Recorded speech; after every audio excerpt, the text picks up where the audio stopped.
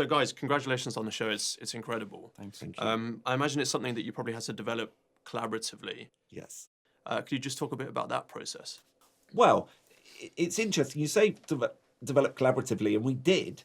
But the first thing is just sitting in a room and writing stuff and going that I've got to walk down the corridor and hear that, and then you sort of deliver the impossible, and that's the fun bit really of delivering the impossible to Phil and going, yeah, just do this, and then he's got to go, okay, we can do this, we can do that, we can do the other thing, but we're not going to do this, and the best bits, and one of the best bits. The most exciting phone calls I've ever got was in episode 2. I'd written this. I really wanted to go to the murder scene. I really wanted to see the murder scene, and so I'd written it in one way, and Phil went, "No, that's not going to work. We're not doing that." And then I wrote it in another way, which is what a passive-aggressive writer does. It just goes, "No, I really want to do this," and so I wrote it in another way, and then I got this call from him that said, "That doesn't work either."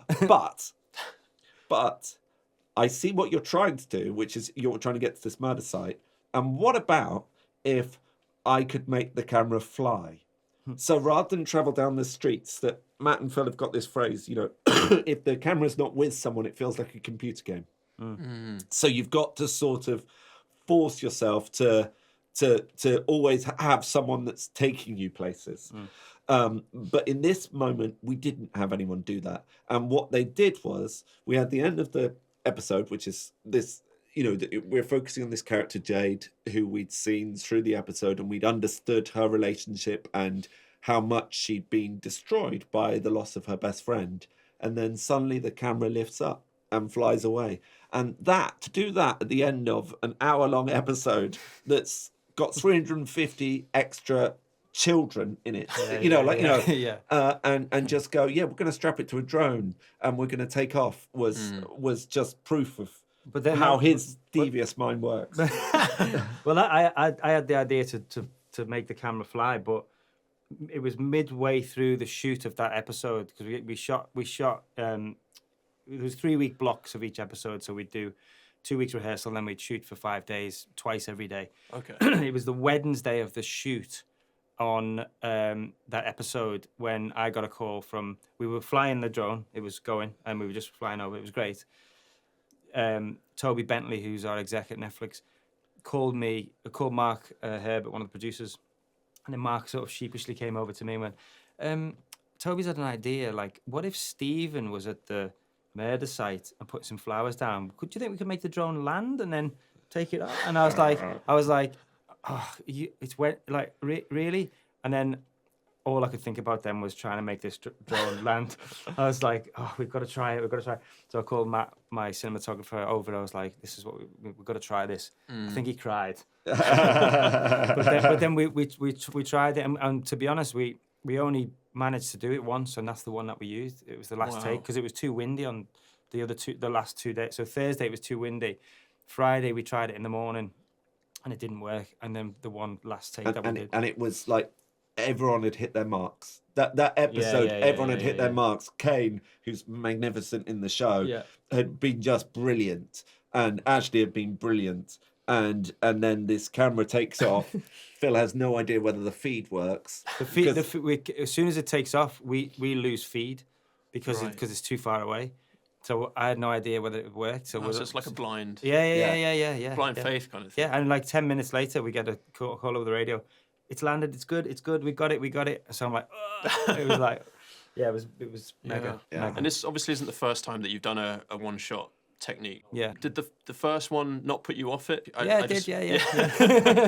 I got dragged back in. No. Right. First one was a lot easier. The first one was a lot easier. Yeah. The first one, the boiling point, what you're talking about, was all one location, and we'd actually written the movie based on that location.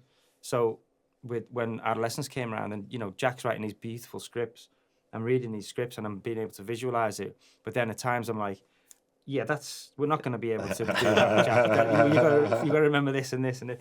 And so it was a real collaboration in that sense, and it was a lot of fun, stressful at times, but I like to surround myself with people who are passionate about the project, and we're all on the same page, and we become a family, you know, and it's collaborative, and everybody has a voice. Everyone can speak up and say, what about this, or what about, have you tried doing this? You know, it doesn't matter who you are, what department you're in.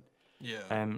And it's really important that we did that. Phil runs a magnificently relaxed set, Oh, and you on the surface. yeah, and you say say he's stressed, but he's like we have these aura rings. Yeah. We're all obsessed with these aura rings. But the rings are available. Yeah. And Sarah, who's Phil's first, and me, our resting heart rate during filming week was just like going through the roof. His was at 48, and we're just like, Jesus, you know. Yeah. So yes, it's Yeah. amazing. It's an amazing magic act of pretending to be relaxed and pretending so deeply that your resting heart rate is listening to you. I think it's much needed in a series like this as well. But Yeah. So Jack, I just want to talk about episode 3 because I thought it was one of the most amazing episodes of TV I've seen in a while. Thank you. And especially the writing, because in the space of an hour, you completely deconstruct the mind of a 13-year-old boy. How do you go about doing that? Well, it started with a conversation with me and Stephen, and this is exactly what he said. He said,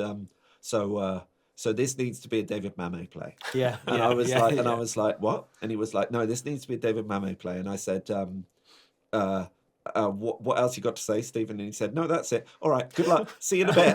I'll see you when you read it. I'll read it in a few days. And that thing of, you know, one of the greatest writers ever to put pen to paper. Pressure was on. Yeah, just do that. And it was like, okay, that's an impossible thing.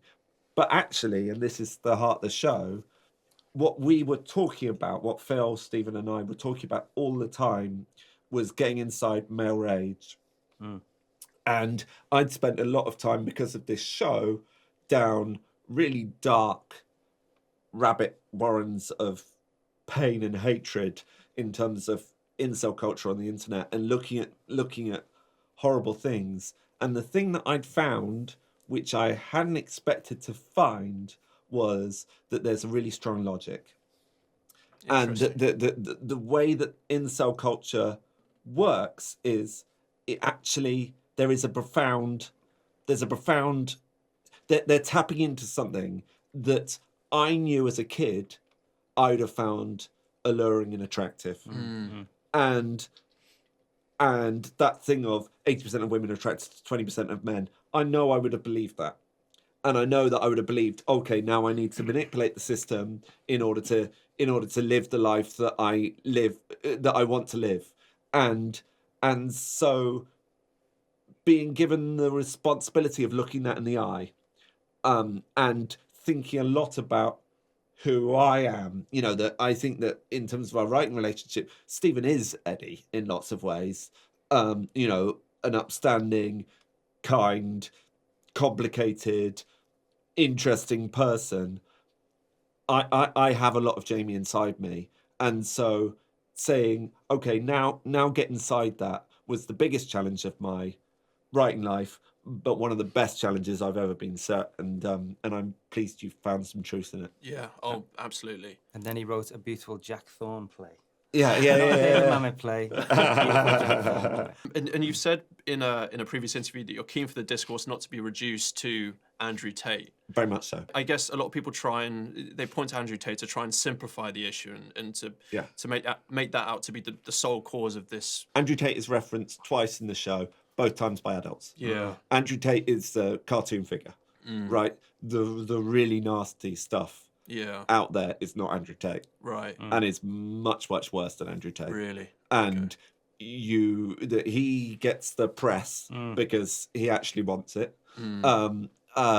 The people that are doing the real damage are the people you'll never have heard of. Yeah. And that's who the kids are watching. You know, like, you know, no kid would have talked about Andrew Tate because no kid's watching Andrew Tate. They're watching other people. Right. And we need to understand what's going on out there. And we need to find a way of controlling what's going on there. There's a private members bill going through the Commons that has its reading on Friday, that was looking to control this stuff. The government has watered it down, and they've watered it down really, really badly. Right. and we need to start making radical moves in order to control this, because it's only going to get worse. Yeah. This male rage epidemic is only going to get worse unless we look at it in the eye and we go, okay, what can we do to curb its worst impulses?